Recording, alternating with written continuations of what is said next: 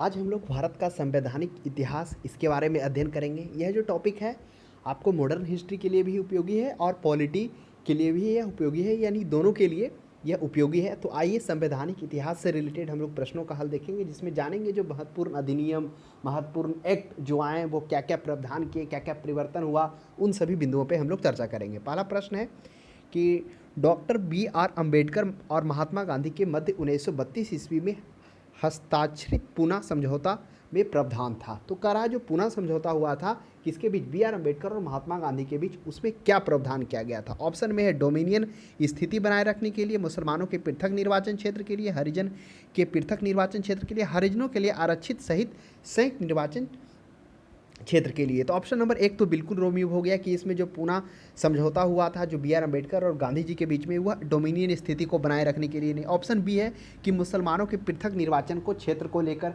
इसमें भी मुस्लिमों के पृथक निर्वाचन के क्षेत्र लेकर इन दोनों के बीच में यह समझौता नहीं हुआ था। हाँ, वो अलग बात था कि 11 जो था ये समुदायों का पृथक निर्वाचन की बात इसमें की गई थी। जो रैमजे मैकडोनाल्ड था, ब्रिटिश प्रधानमंत्री था, उसके द्वारा यह घोषणा की गई थी। तो उसमें 11 समुदायों का बात था, लेकिन यहाँ पर पूछा बी आर अम्बेडकर और महात्मा गांधी के बीच में जो जिस मुद्दा पे समझौता हुआ था, हस्ताक्षरित हुआ था, तो मुस्लिम पृथक निर्वाचन क्षेत्र के लिए भी इन दोनों के बीच। तीसरा है हरिजनों के लिए पृथक निर्वाचन। हाँ, हरिजनों के लिए पृथक निर्वाचन को लेकर, जो दलित समुदाय था उसके लिए पृथक निर्वाचन को लेकर क्या हुआ था, इसमें दोनों में मतभेद हुआ था। और ऑप्शन डी में है हरिजनों के लिए आरक्षण सहित संयुक्त निर्वाचन क्षेत्र। ऑप्शन सी और डी है, इन दोनों में आपको पर्याप्त खोजना है कि आखिर समझौता यहाँ पर करा, समझौता किस वजह से हुआ। तो आइए परिस्थिति को समझते हैं क्या होगा। अब होगा वक्त है 1932 ईस्वी को। क्या होता है, महात्मा गांधी उस समय जेल में होते हैं, पूना के एरवड़ा जेल में होते हैं। अब कारण एरवड़ा जेल में होने के कारण, क्योंकि महात्मा गांधी क्या होते हैं, जब वो ये गोलमेज सम्मेलन से आते हैं तो वहाँ पर क्या होता है, उनकी बातों को जिस उद्देश्य के लिए गए थे वहाँ पर वैसा नज़र नहीं आता, बिल्कुल उनके सपने पे पानी फिरता हुआ नजर आता। फिर वो आकर पुनः सविनय अवज्ञा आंदोलन स्टार्ट कर देते हैं और वो काफ़ी तेज़ी से फिर से यह क्या होता है, जो आंदोलन है बढ़ने लगता है। उसी के लिए फिर से दोबारा आने के बाद वही दिसंबर में स्टार्ट कर देते हैं और फिर कुछ दिनों के बाद बी आर अम्बेडकर ये महात्मा गांधी को गिरफ्तार कर जेल में भेज दिया जाता है। और आपको यह मालूम होना चाहिए कि जब वो गिरफ्तार होते हैं तो उसी बीच गोलमेज सम्मेलन के खत्म होने के बाद रैमजे, ब्रिटिश जो प्रधानमंत्री होता है, रैमजे मैकडोनाल्ड के द्वारा जिसे सांप्रदायिक पंचायत के रूप में जानते हुए 11 समुदायों के लिए पृथक निर्वाचन की घोषणा करता है। अब इसके पीछे प्रश्न उठता है कि आखिर में वो पृथक निर्वाचन क्यों लेके आया। क्या गोलमेज सम्मेलन में इसकी चर्चा हुई थी? हाँ, तो गोलमेज सम्मेलन में जो बी आर अम्बेडकर, जो तीनों गोलमेज सम्मेलन में उन्होंने अपने समुदाय के लिए वहाँ पे इस निर्वाचन को लेकर मुद्दा उठाया था। तो वहाँ से ये क्या हो गया था, ये टॉपिक उसको मिल चुका था, इसलिए वो लेकर आया, क्योंकि महात्मा बी आर अम्बेडकर का ऐसा वहाँ मांग था, इस चीज़ को लेकर उन्होंने इस मुद्दा को उठाया था। तो इसके पीछे भी रहा, वो लेकर आया। जैसे ये 11 समुदायों में से जो दलित समुदाय था, यानी जो हरिजन समाज था, उसके लिए पृथक निर्वाचन की घोषणा हुई। जैसे ये महात्मा गांधी को ये बात पता चला, उन्होंने जो ब्रिटिश प्रधानमंत्री उनके पास पत्र लिखा और इसे बदलने के लिए उन्होंने क्या किया, अनुरोध किया। लेकिन जब वो पत्र लिखते हैं तो इस पर कोई प्रतिक्रिया नहीं दिया जाता, इस पर इसको अनदेखा किया था। उसके बाद क्या हो जाता है, 20 सितंबर 1932 ईस्वी को महात्मा गांधी अनशन स्टार्ट कर देते हैं। अब इस अनशन स्टार्ट करने के बाद क्या हो जाता है, बी आर अम्बेडकर और महात्मा गांधी के बीच समझौता कराने के लिए डॉक्टर राजेंद्र प्रसाद और मदन मोहन मालवीय, यानी मदन मोहन मालवीय डॉक्टर राजेंद्र प्रसाद के अथक प्रयास से उन दोनों के बीच जो मांग किए थे बी आर अम्बेडकर, दलितों के लिए पृथक निर्वाचन, और महात्मा गांधी इसका विरोध किए, क्योंकि दलितों को अगर पृथक निर्वाचन की व्यवस्था किया जाएगा, यानी उसको 2 वोट, एक होगा, एक अपने समुदाय के लिए खड़ा होगा, एक साधारण निर्वाचन जो आ जाए, यानी इस तरह का था। तो इसका विरोध किया गांधी जी ने, बोला कि इस तरह से जो दलित समुदाय है वो हमारे समाज से और वंचित हो जाएंगे और दूर चले जाएंगे, उनका और शोषण होगा। इसका विरोध किया। फिर उन दोनों के सहयोग से, राजेंद्र प्रसाद मदन मोहन मालवीय के सहयोग से बी आर अम्बेडकर और गांधी जी के बीच एक समझौता हुआ, जिसमें बी आर अम्बेडकर पृथक निर्वाचन को छोड़ना पड़ा और उसके बदले में उन्होंने मांग किया कि आप क्या करिए, इसके जो सीटों की संख्या 71 है उसे बढ़ा दीजिए। तो वही प्रांतीय और केंद्रीय दोनों स्तर पर क्या किया गया, उस विधानसभा में उसके सीटों की संख्या बढ़ाकर 71 से 148 किया गया था। तो ये मुद्दा था। और उसके बाद गांधी जी 24 सितंबर को अपना अनशन तोड़ते हैं। तो ये ध्यान, कभी प्रश्न तो ये भी पूछ दिया जाता है कि कब से कब तक रहा था, तो 20 सितंबर से 24 सितंबर 1932 को, यही पूना समझौता के रूप में जाना जाता है। तो इस प्रश्न से समझने के बाद स्पष्ट पता चल गया कि ऑप्शन सी से ज़्यादा पर्याप्त ऑप्शन डी है, क्योंकि हरिजनों के लिए आरक्षित सहित, क्योंकि जो आरक्षण सहित क्या किया गया, संयुक्त निर्वाचन क्षेत्र का इसमें व्यवस्था किया गया, कि यानी कि पृथक निर्वाचन को छोड़ना पड़ा। इसी पर नहीं समझौता हुआ था ना। हाँ, आया जरूर था, हाँ, पृथक निर्वाचन को लेकर, लेकिन समझौता किस पर हुआ, जिस पर बी आर अम्बेडकर सहमत हो गए गांधी जी के कहने पर कि आपको पृथक निर्वाचन छोड़ना पड़ेगा और संयुक्त आरक्षण हम आपको देंगे, सीटों की संख्या बढ़ाएंगे। नेक्स्ट 2 में देखिए, सूची 1 को सूची 2 से सुमेलित करिए। काफ़ी अच्छा यह भी प्रश्न है, आइए हम लोग समझते हैं इसे। सूची 1 को सूची 2 से मिलान करना है। इधर है सूरत विभाजन, फिर सांप्रदायिक अधिनिर्णय, सर्वदलीय सम्मेलन, पूर्ण स्वराज्य का संकल्प, ये सूची 1 में। सूची 2 में इसमें दिया गया, तो आइए एक एक करके हम लोग समझते हैं। सोचिए, सूरत विभाजन कब हुआ? 1907 ईस्वी में। परिस्थिति को समझिए कि 1907 में क्यों सूरत विभाजन होता है। यह जो मतभेद है वह क्या होता है, 1905 का जो स्वदेशी आंदोलन होता है वहीं पर स्टार्ट हो जाता है। अब प्रश्न उठता है कि कैसे, क्योंकि उस समय क्या हो जाता है, बंगाल का विभाजन होता है, और यह विभाजन क्या कहता है, कर्जन के द्वारा कहता है। हालांकि कर्जन जो ऑफिशियल स्टेटमेंट उसका यह था कि वह प्रशासन को नियंत्रण करने के लिए, इतना बड़ा जनसंख्या को नियंत्रण नहीं कर पाने के कारण इसे 2 भागों में बांट गया ताकि प्रशासन को अच्छा से नियंत्रण किया जा सके। लेकिन वो मुद्दा नहीं था, वो मुद्दा था कि क्या करना, जो बढ़ते राष्ट्रवाद है, जो बढ़ रहा है राष्ट्रवाद, उस बढ़ती हुई राष्ट्रवाद को, क्रांतिकारी को, आंदोलन को रोकना, ये मुख्य मुद्दा था। इसलिए उन्होंने विभाजन किया ताकि मुस्लिमों का सहानुभूति ले सके।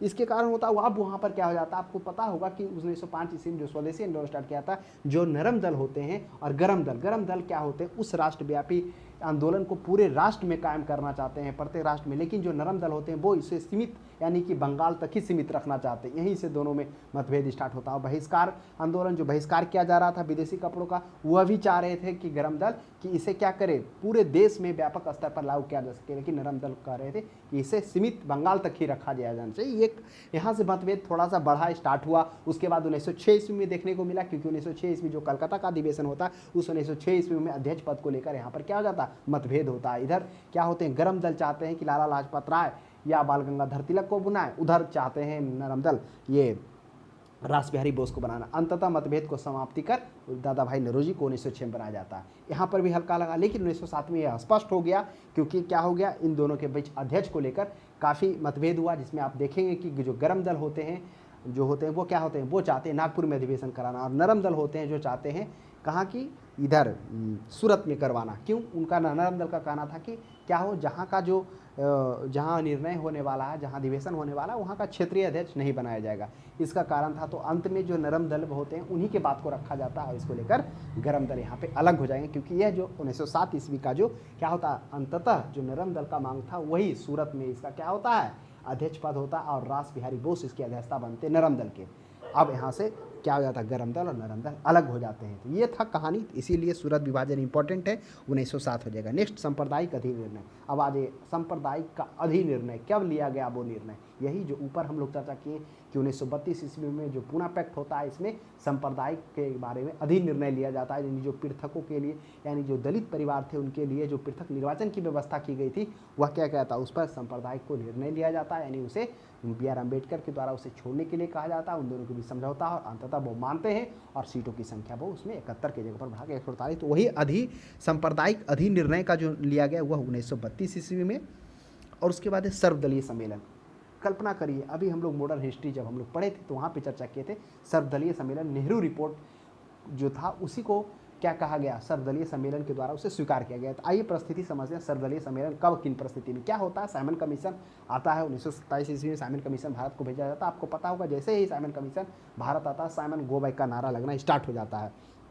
1928 ईस्वी में 2 या 3 फरवरी को पहुंचता है भारत, साइमन गो बैक का नारा लगना स्टार्ट होता है। इसी में लाला लाजपत राय के साथ वो क्या होता है, उन पर अत्याचार भी किया जाता है, तो वो मूवमेंट अलग हो जाता है। अब साइमन कमीशन का विरोध होने लगता है। अब उस विरोध को देखते हुए जो क्या थे, भारत सचिव बर्क बर्डन थे, उन्होंने भारत को चुनौती दिया कि क्या भारतीय लोग सभी दलों की सहमति से क्या संविधान तैयार कर ब्रिटिश संसद में पेश कर सकता है। इस चुनौती को कौन, कांग्रेस स्वीकार करता है, और मोतीलाल नेहरू के नेतृत्व में क्या किया जाता है, एक आयोग का गठन किया जाता है, जो नेहरू रिपोर्ट के नाम से जाना जाता है, जो क्या करता है, संविधान को तैयार करता है।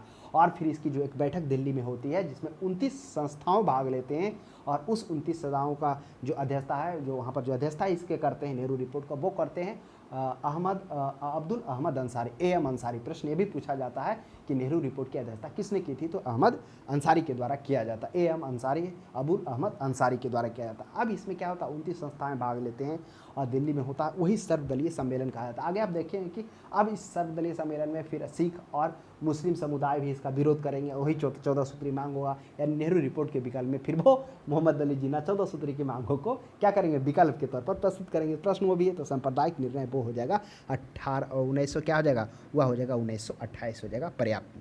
तो ये था। अब ये सॉरी सर्वदलीय सम्मेलन 1928 में। तो कहानी हम लोग समझते चले। अब चौथा है पूर्ण स्वराज्य का संकल्प। अब देखिए पूर्ण स्वराज का संकल्प कब लिया जाता है, याद करिए जब 1929 का अधिवेशन होता है लाहौर का, जिसकी अध्यक्षता जवाहरलाल नेहरू के द्वारा किया जाता है। और उस अध्यक्षता में जवाहरलाल नेहरू क्या करते हैं, गोलमेज सम्मेलन का बहिष्कार के साथ साथ पूर्ण स्वराज की मांग करते हैं, डोमिनियन स्टेट की मांग करते हैं। और इसी अधिवेशन में क्या होता है, यह निर्णय लिया जाता है क्या कि 26 जनवरी को क्या किया जाएगा, स्वतंत्रता दिवस मनाया जाएगा, जिसमें पूरे देश भर में अधिकतर क्षेत्रों में लोगों ने भाग लिया, बढ़ चढ़कर हिस्सा लिया और स्वतंत्रता के तौर पर उस दिन उन्होंने मनाया। और यही 31 दिसंबर 1930 ईस्वी को क्या किया, रावी नदी के तट पर क्या किया गया, झंडा भी फहराया गया था तब। तो ये था स्वराज्य संकल्प। तो स्वराज्य के लिए जो संकल्प लिया गया पूर्ण स्वराज, हुआ 1929 के उसके अधिवेशन ये किनके द्वारा, जवाहरलाल नेहरू के द्वारा किया था। ये था कहानी सूरत विभाजन संप्रदाय। सभी को हम लोगों ने अच्छे से समझा, आशा करते हैं आपको याद हो गया होगा। 3 में हम लोग चलते हैं। निम्नलिखित में से किस अधिवेशन के द्वारा भारत के गवर्नर जनरल को अध्यादेश जारी करने का अधिकार या शक्ति प्रदान किया गया। यह भी प्रश्न अच्छा है कि किस अधिनियम के द्वारा गवर्नर जनरल को अध्यादेश, जो अभी हम लोग देखते हैं अध्यादेश भारत के राष्ट्रपति द्वारा लाया जाता है 1 2 3 के द्वारा अध्यादेश, यानी कि जब सदन क्या हो चल नहीं रहा उस कंडीशन में आ जाता। तो वह जो अधिकार सबसे पहले भारत में जो अधिनियम बना वह कब मिला, वह बता 1861 के अधिनियम में। इस 61 के अधिनियम में और भी कुछ इंपॉर्टेंट बातें होती हैं जो हम लोग को ध्यान में रखना। इस अधिनियम के द्वारा गवर्नर जनरल के परिषद में भारतीय प्रतिनिधियों को शामिल किया गया था। नहीं, उसके परिषद में पहले क्या होते थे, सिर्फ ब्रिटिशर्स ही होते थे, लेकिन इसमें भारतीय लोगों को भी इसके परिषद में शामिल किया गया। उसके बाद उन्हें विधायी कार्यों में सहयोग करने का अधिकार प्रदान किया गया। और जो था इसमें क्या किया गया, गवर्नर जनरल के विधायी शक्तियों का विकेंद्रीकरण भी किया है। विकेंद्रीकरण इसलिए, विकेंद्रीकरण आप समझ ही रहे होंगे ना, जिस तरह से पंचायती जो चुनाव उसका विकेंद्रीकरण इसलिए किया गया क्योंकि केंद्र स्तर से इसका नियंत्रण संभव नहीं था। क्योंकि जो इस कहना था महात्मा गांधी का कि जो क्या है विकेंद्रीकरण का हम परिभाषा समझ रहे हैं, यानी कि केंद्र पर उसका क्या करना, अधिकार को ना सौंप कर उसे क्षेत्रीय स्तर पर भी सौंपना, यानी जो स्थानीय लोग हैं जो वहाँ रह रहे हैं, जो वहाँ पर अपना जीवन यापन कर रहे हैं, वो उस परिस्थिति को, वहाँ की स्थिति से ज़्यादा अवगत है, इसलिए उन्हीं लोगों में से लोकतांत्रिक माध्यम से वहाँ के लोगों को चुना जाए, वो बेहतर विकल्प होगा किसके लिए, विकास के लिए। तो ये था विकेंद्रीकरण, यानी कि अलग अलग करना, उस क्षेत्र में उस लोगों के द्वारा ही लोकतांत्रिक माध्यम से चुनकर वहाँ का क्या करना, विकास के कार्यों को आगे बढ़ाना, यानी कि वहाँ सुदृढ़ करना। तो वो था। तो वही क्या गया यहाँ पर थोड़ा सा गवर्नर जनरल के विधायी शक्तियों का विकेंद्रीकरण भी किया गया। दूसरा, प्रांतीय परिषद को विधि निर्माण का अधिकार भी दिया गया इसमें, जिससे प्रांतीय स्वायत्ता का प्रारंभ यहाँ पर स्टार्ट हुआ। और साथ में गवर्नर जनरल को अध्यादेश जारी करने का वही 6 माह तक प्रभावी होता था। हालांकि इसमें कुछ क्या था, त्रुटियाँ भी था, जिसमें आप देखेंगे कि गैर सरकारी सदस्यों का कोई प्रभावी भूमिका इसमें नहीं रखा गया था। तो ये हो जाएगा 1961 का अधिनियम। नेक्स्ट हम लोग देखते हैं सूची 1 का सूची 2 से मिलान करना। आइए, यह भी काफ़ी अच्छा प्रश्न है। अगस्त घोषणा, अगस्त प्रस्ताव, अगस्त संकल्प और प्रत्यक्ष कार्यवाही दिवस। अब यह जो प्रश्न है हम लोग पहले इसे क्या किए थे, मॉडर्न हिस्ट्री में भी हम लोगों ने गांधी युग में इसकी चर्चा किए थे। फिर से हम लोग समझते हैं कि अगस्त घोषणा क्या। अगस्त घोषणा, यह देखिए आप याद करिए, अगस्त घोषणा, अगस्त प्रस्ताव, संकल्प, ये याद रखना है, कन्फ्यूजन नहीं होना। अगस्त घोषणा में क्या होता है, मॉन्टेग्यू जो चेम्सफोर्ड होता है, यानी कि मॉन्टेग्यू चेम्सफोर्ड नहीं कहिए, मॉन्टेग्यू सचिव होता और चेम्सफोर्ड तो वायसराय होता।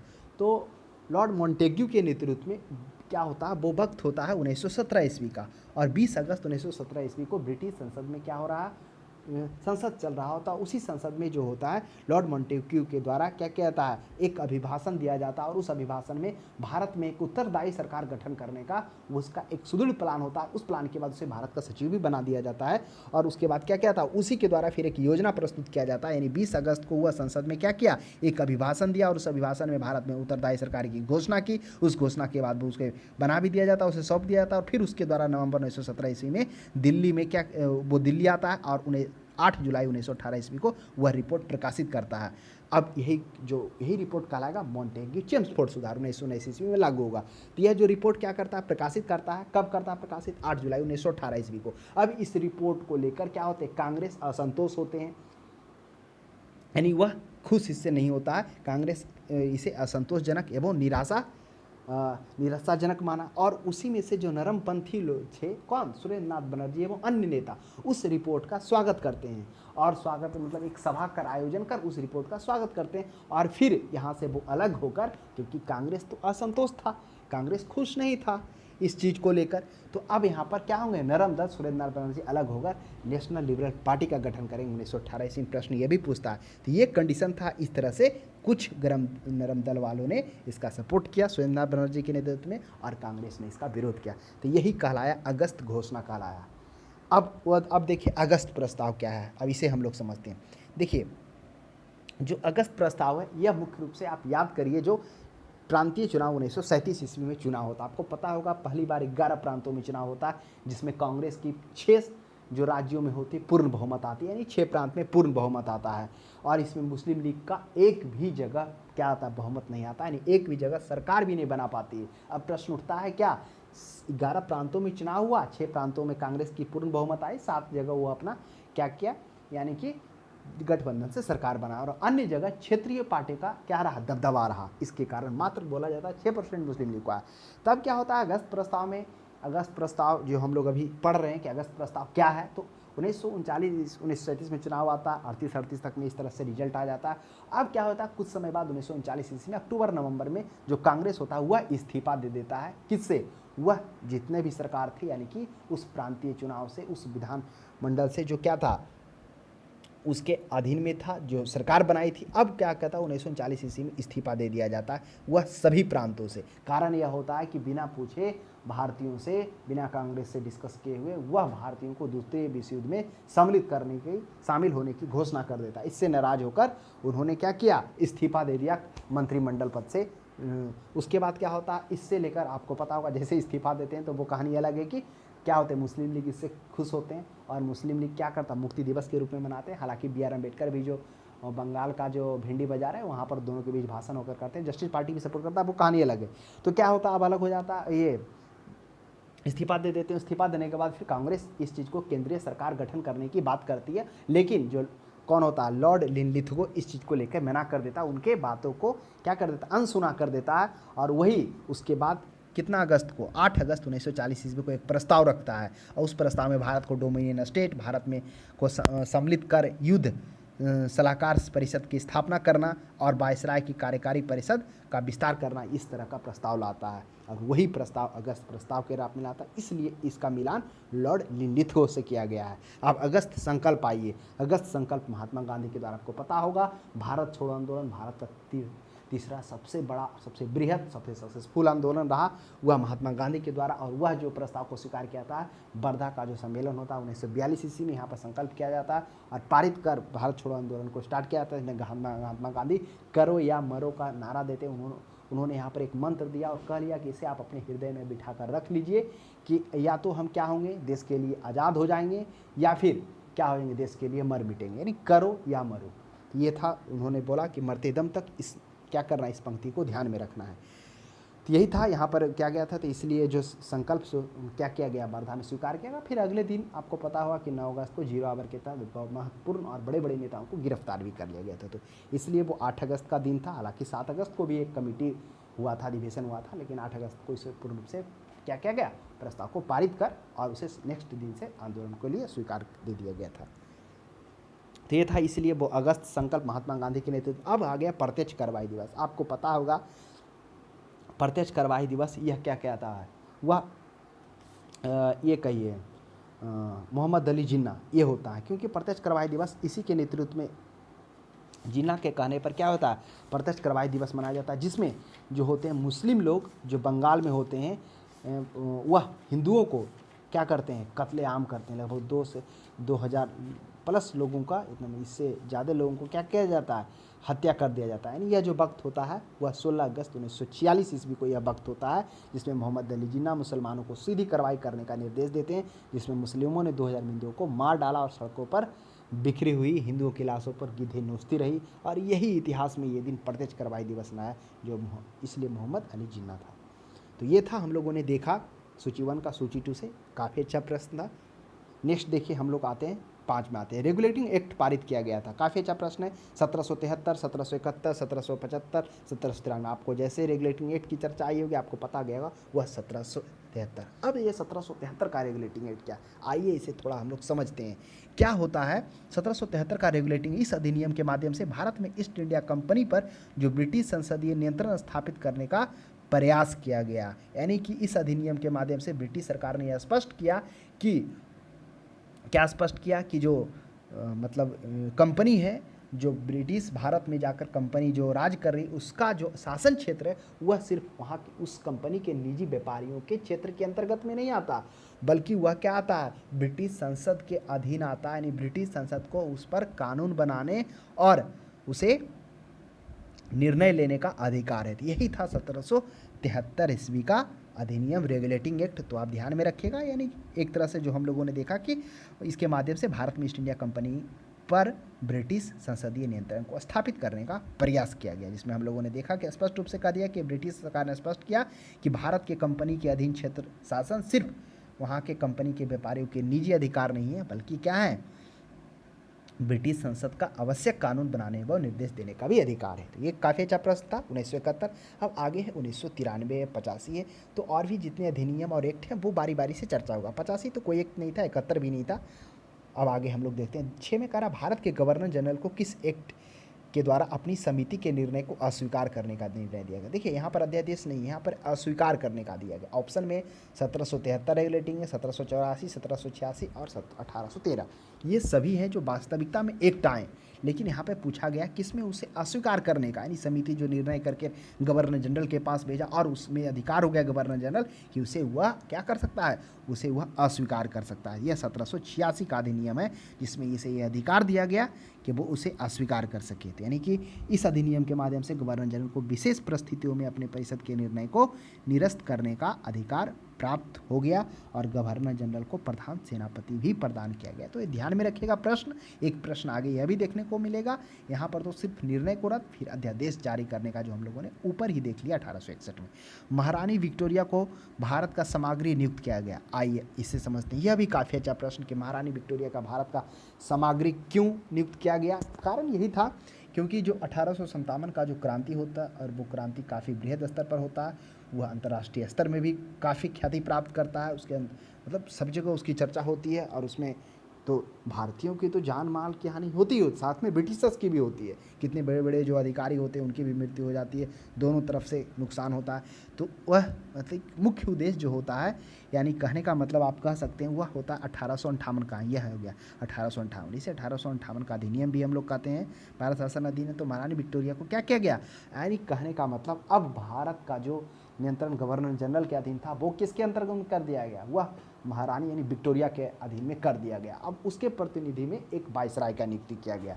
तो थोड़ा सा चर्चा हम लोग कर लेते हैं। 1858 का जो नियम था, मुख्य उद्देश्य यही था कि 1857 विद्रोह जैसी घटना का पुनरावृत्ति ना हो, इसीलिए यह लाया गया 1858 अधिनियम, जिसमें क्या किया गया, ब्रिटिश के महारानी को क्या किया गया, भारत का समाग्री घोषित नियुक्त किया गया और गवर्नर जनरल का पद को हटाकर वायसराय कर दिया गया। और वह वायसराय किसका प्रतिनिधि होता था, ब्रिटिशर्स का प्रतिनिधि, यानी कि वह जो सम्राट होता था उसके प्रतिनिधि होते थे। यानी इस तरह का भारत का शासन सीधे महारानी विक्टोरिया के अधीन चला गया और गवर्नर जनरल का पद नाम बदलकर वायसराय कर दिया गया। और वो वायसराय पहला कैनिंग होगा, तो अंतिम गवर्नर जनरल कैनिंग भी और प्रथम वायसराय कैनिंग भी। तो ये भी प्रश्न पूछा जाता है कभी कभी।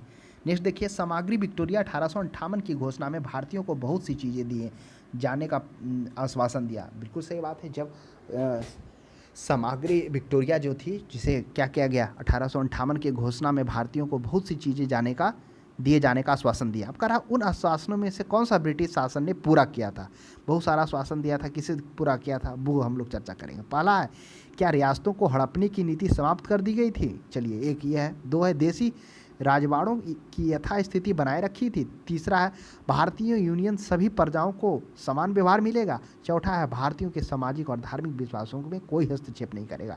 यानी कहने का मतलब जो समाग्री विक्टोरिया थी 1858 में जो घोषणा की, वह किसे कायम रखी, यानी किसे वह पूरा किया। तो देखिए, हड़पने की नीति समाप्ति यह पूरा नहीं कर पाई। दूसरा है, देसी रजवाड़ों की यथास्थिति बनाए रखेगी, यानी जो रजवाड़े की स्थिति है, जो पद है, उसे बनाए रखेगा यहाँ पर काम किया गया इस अधिनियम के द्वारा। तो ऑप्शन नंबर बी पर्याप्त है। सी भी पर्याप्त नहीं। भारत और यूरोपियन सभी प्रजा को समान व्यवहार मिलेगा, ऐसा भी नहीं था। तो आप देखेंगे कि सैनिक में ही तो सैलरी का अंतर था, उसे 2 मिलता था, नहीं 2 सैलरी, एक भारत में काम करने के लिए, ब्रिटिशर्स में काम करने के लिए। तो इस तरह के और भी बहुत सारी चीज़ें थी। भारतीयों के सामाजिक और धार्मिक विश्वासों में कोई हस्तक्षेप, यह तो हस्तक्षेप हो ही रहा था, ऐसा बात नहीं है।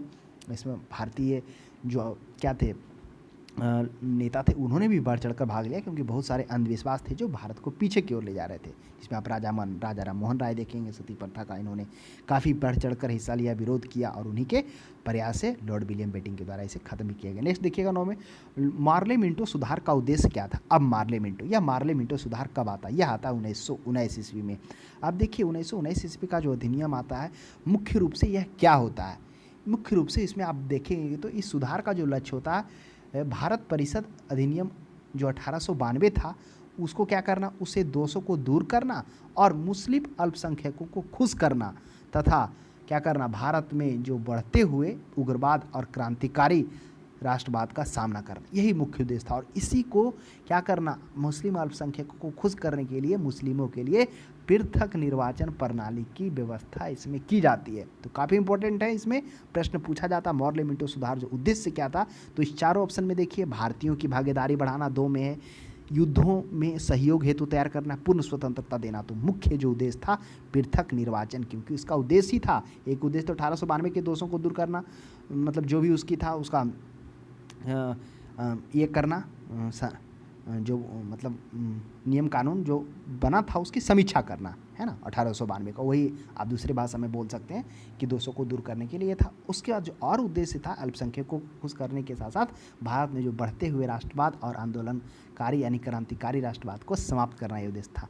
और यही पृथक निर्वाचन की यहाँ व्यवस्था किया जाएगा। पृथक निर्वाचन का अर्थ ही होता है कि किसी विशेष समुदाय के उम्मीदवारों का चुनाव उसी के समुदायों यानी उसी के मतदाताओं द्वारा करना, ये होता है पृथक निर्वाचन, चाहे वो किसी के लिए लाए।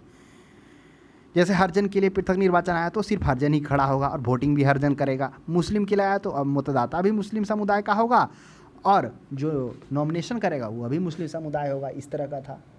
तो ये था पृथक निर्वाचन, अहम भूमिका मार्ले मिंटो का उद्देश्य होता है। मार्ले मिंटो बिल कब लाया गया? वह लाया गया 1909 ईस्वी में, जिसमें क्या होता है, मार्ले सचिव होता है और मिंटो भारत का वायसराय होता है। यानी जो दो नाम है ना, ये एक सचिव और वायसराय दोनों को मिलाकर किया गया इस तरह से, क्योंकि आपको पता होना चाहिए कि क्या होता है, जो महारानी, जैसे ही महारानी के हाथ में जब आता है भारत का नेतृत्व 1858 में, तो गवर्नर जनरल को ख़त्म कर भारत सचिव का भी गठन किया जाता है।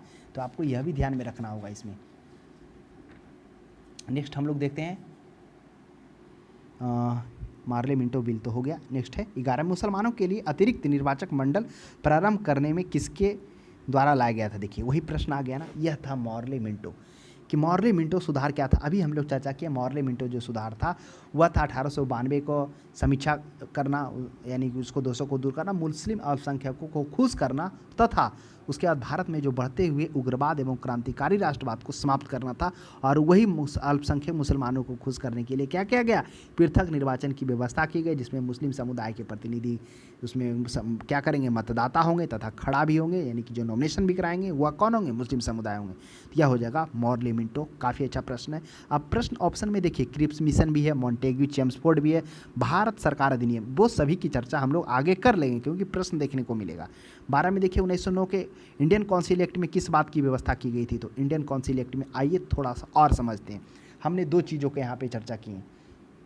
क्या चर्चा की कि 1919 ईस्वी में जो था मुख्य रूप से 1892 के जो अधिनियम था उसके दोषों को दूर करने, उसकी समीक्षा करने के लिए आया गया। और दूसरा क्या था, अल्पसंख्यक जो मुस्लिम अल्पसंख्यकों को खुश करने तथा भारत में जो बढ़ते राष्ट्रवाद है, क्रांतिकारी है, उग्रवाद है, उसे क्या करने के लिए, उसे सामना करना था, इसलिए यह लाया गया।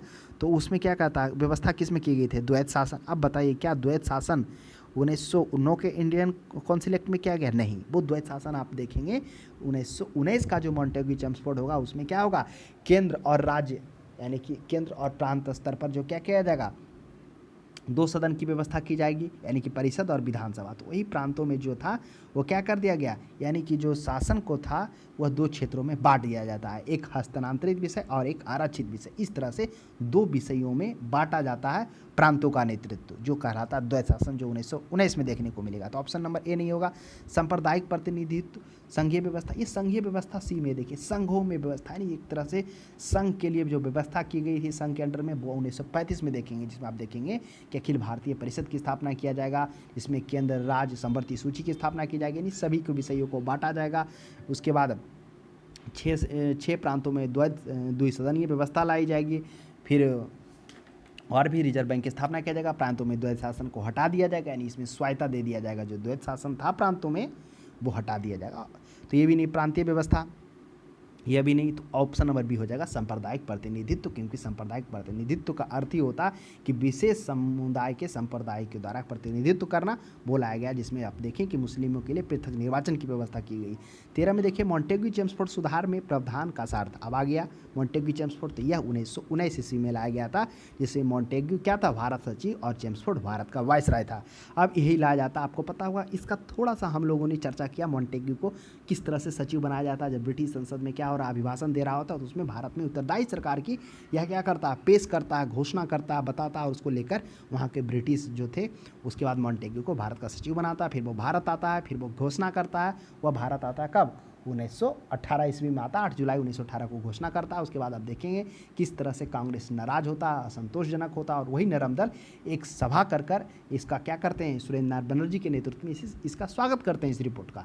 फिर उसके बाद वो अलग होकर नेशनल लिबरल पार्टी का भी गठन करेंगे सुरेंद्र नाथ बनर्जी, वो अलग कहानी है। और उसके बाद फिर आगे क्या होगा, फिर विधानसभा में पेश किया जाएगा, फिर उसे कानूनी रूप से लाया जाएगा, जो 1919 ईस्वी में आएगा, वही मॉन्टेग्यू चेम्सफोर्ड सुधार कराएगा। अब इसमें क्या होगा, राज्यों को स्वायत्ता दिया जाएगा, प्रांतों में द्वारा। अब इसमें क्या आता है, केंद्र और प्रांत स्तर पर, दो स्तर पर। प्रांतों में तो क्या होता है, द्विसदनात्मक विधानसभा, विधान परिषद की स्थापना किया था। और इसमें थोड़ा सा आप जो इसमें 16 होते हैं ना सीटों की संख्या, इसमें आप देखेंगे 1919 में वह सीटों की संख्या क्या होगा, बढ़ जाता है, यानी कि इसमें जो 60 होता है वह उसमें क्या हो जाएगा, 144 हो जाएगा। तो कुछ सीटों की संख्या इसमें बढ़ाया जाता है।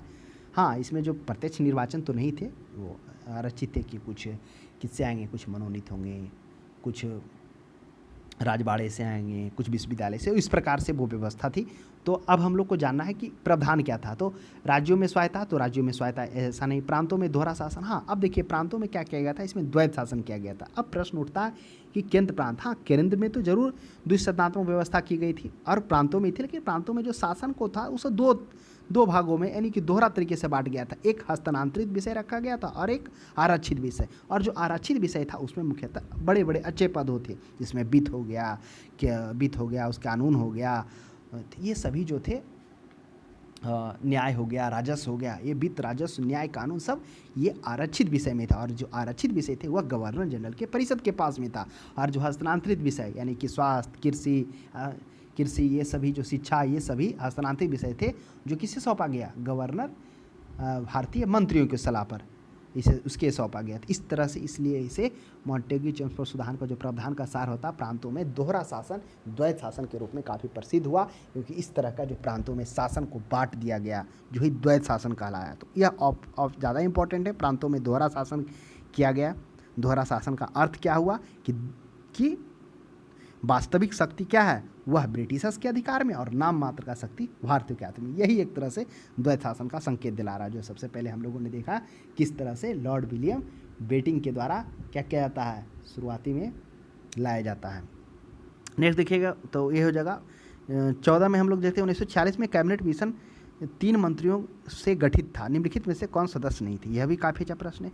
अब हम लोग देखें कि जो कैबिनेट मिशन कब आया। कैबिनेट मिशन आपको पता होगा कि ब्रिटिश प्रधानमंत्री सर क्लीमेंट एटली होता है, उन्हीं के द्वारा क्या था, जो लेबर पार्टी के होते हैं, 22 जून 1946 ईस्वी को भारत में चल रहे गतिरोध को दूर करने के लिए एक उच्च स्तरीय कैबिनेट मिशन भेजने का निर्णय लाता। उस कैबिनेट मिशन के सदस्य पैट्रिक लॉरेंस रहते हैं, सर स्टैफोर्ड क्रिप्स रहते हैं, अलेक्जेंडर रहते हैं, और इसकी अध्यक्षता सर पैट्रिक लॉरेंस के द्वारा किया जाता है। यही 3 सदस्य कैबिनेट मिशन जो जाता है और भारत में क्या करेगा, यह संविधान सभा के गठन के लिए योगदान होगा, और संविधान सभा के गठन के लिए यह योजना प्रस्तुत करेगा। तो यह हो जाएगा ऑप्शन नंबर डी, इसका सदस्य नहीं होगा। और फिर वही जब पहुंचेगा, फिर 16 मई को यह योजना प्रस्तुत करेगा, और इस योजना के तहत फिर संविधान सभा का निर्माण होगा, और उसकी टोटल जो स्ट्रक्चर है उसका वो पेश करेगा, किस तरह से चुनाव किया जाएगा, किस तरह से प्रांतीय से कितने सदस्य, ब्रिटिश प्रांतियों से, क्षेत्रीय अधिकार से, अनुसूचित जाति से, अनुसूचित जनजाति से, सभी का इसमें तय होगा। कैबिनेट मिशन योजना के विषय में कौन सा सही नहीं। अब कैबिनेट मिशन आपको पता होगा, कैबिनेट मिशन क्या हो गया, 22 जनवरी को क्या किया गया, गतिरोध चलने के कारण भेजा गया सर कैबिनेट मिशन, उसकी अध्यक्षता में, यानी मतलब कैबिनेट मिशन का लाया। अध्यक्षता तो कौन किए थे, वो किए थे पैट्रिक लॉरेंस ने किए थे। 3 सदस्य था, 3 सदस्य पैट्रिक लॉरेंस और एलेक्जेंडर थे। तो क्या किया गया, कैबिनेट मिशन, यानी भारत में जो राजनीतिक गतिरोध था उसे दूर करने के लिए यह कैबिनेट मिशन भेजा गया, ताकि एक उत्तरदायी सरकार की स्थापना कर सके। तो यह ऑप्शन में कौन सा सही नहीं, कैबिनेट मिशन। प्रांतीय समूहीकरण, क्या इसमें प्रांतीय समूहीकरण की योजना विषय क्या है, आपको पता है ना, हमने चर्चा किया कि वह 16 मई को क्या करता भारत में, तो 22 मई को गतिरोध होता है, 22 जनवरी 1946 को तब भेजा जाता है कैबिनेट मिशन के सदस्य को। और फिर वो क्या करते हैं, इस मिशन के द्वारा 16 मई को एक योजना प्रस्तुत किया जाता है। और यह जो योजना प्रस्तुत किया जाता है, इसमें आप देखेंगे इस योजना के तहत बहुत सारे, यानी कि ब्रिटिश से भारतीय संघ का गठन किया जाएगा, और साथ में भी जो टोटल संविधान सभा है किस तरह से उसका निर्वाचित, किस तरह से व्यवस्थित, कितनी जनसंख्या पर लोगों को चुना जाएगा। तो एक प्रांतीय समूहीकरण, क्योंकि इसी में बात किया गया था कि जो प्रांतीय स्तर है देशी रियासतों से और ब्रिटिश प्रांतों से 292 जो चुना गया था, टोटल 389 सदस्यों का क्या किया गया था, चयन किया गया था ना संविधान सभा में। कुल कितने सदस्य होंगे, 389, जिसमें 292 जो था ब्रिटिश प्रांतीय समूह। तो प्रांतीय समूहीकरण की बात हुई थी इसमें। भारतीय सदस्यों वाला अंतिम मंत्रिमंडल, क्या भारतीय सदस्यों का अंतिम मंत्रिमंडल था? नहीं, ऐसा नहीं कह सकते।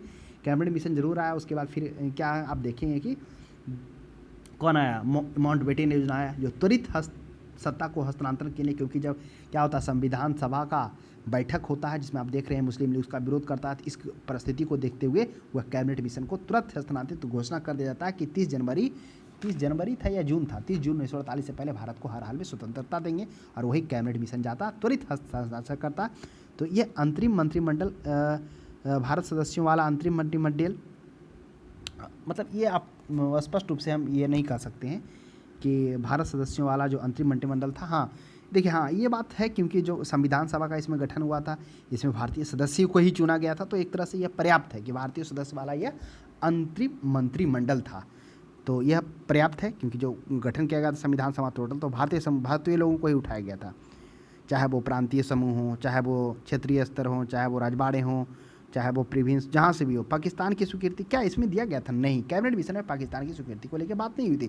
जब कैबिनेट मिशन को भेजा जाता, यानी कि जब संविधान सभा का गठन होता, फिर मुस्लिम लीग 9 दिसंबर को पहली सभा का जो गठन होता है, पहली सभा की बैठक होती है, उसी में मुस्लिम लीग का बहिष्कार स्टार्ट कर देता है। और मुस्लिम लीग संविधान सभा लगातार बहिष्कार को देखते हुए ब्रिटिश सरकार निर्णय लेता है, और फिर वो माउंटबेटन को मतलब ये क्लेमेंट एटली के द्वारा माउंटबेटन को त्वरित सत्ता हस्तांतरण के लिए भेजा जाता है। और वही जो माउंटबेटन कब आएगा, यानी कि 3 जून 1947 ईस्वी को क्या करेंगे, वह एक योजना प्रस्तुत करेगा। और इसी योजना में से क्या करेगा, भारत को क्या कहेगा, विभाजन के लिए भारत संघ और पाकिस्तान संघ की योजना का प्रस्तुतिकरण किया जाएगा। तो ऑप्शन सी पर्याप्त है कि जो कैबिनेट मिशन के विषय में यह सही नहीं है पाकिस्तान की स्वीकृति, यह कैबिनेट मिशन में इसको स्वीकृति दिया गया कि ये क्या होगा, भारतीय संघ और दूसरा पाकिस्तान, इस योजना के अनुसार दिया गया। तो ऑप्शन सी पर्याप्त है। फिर संविधान निर्माण का अधिकार तो कैबिनेट मिशन के द्वारा ही मिल गया था, जिसमें संविधान सभा के गठन के लिए जो टोटल 389 सदस्य किस क्षेत्र से किस तरह से आएंगे वो उसका इसमें मिल गया था।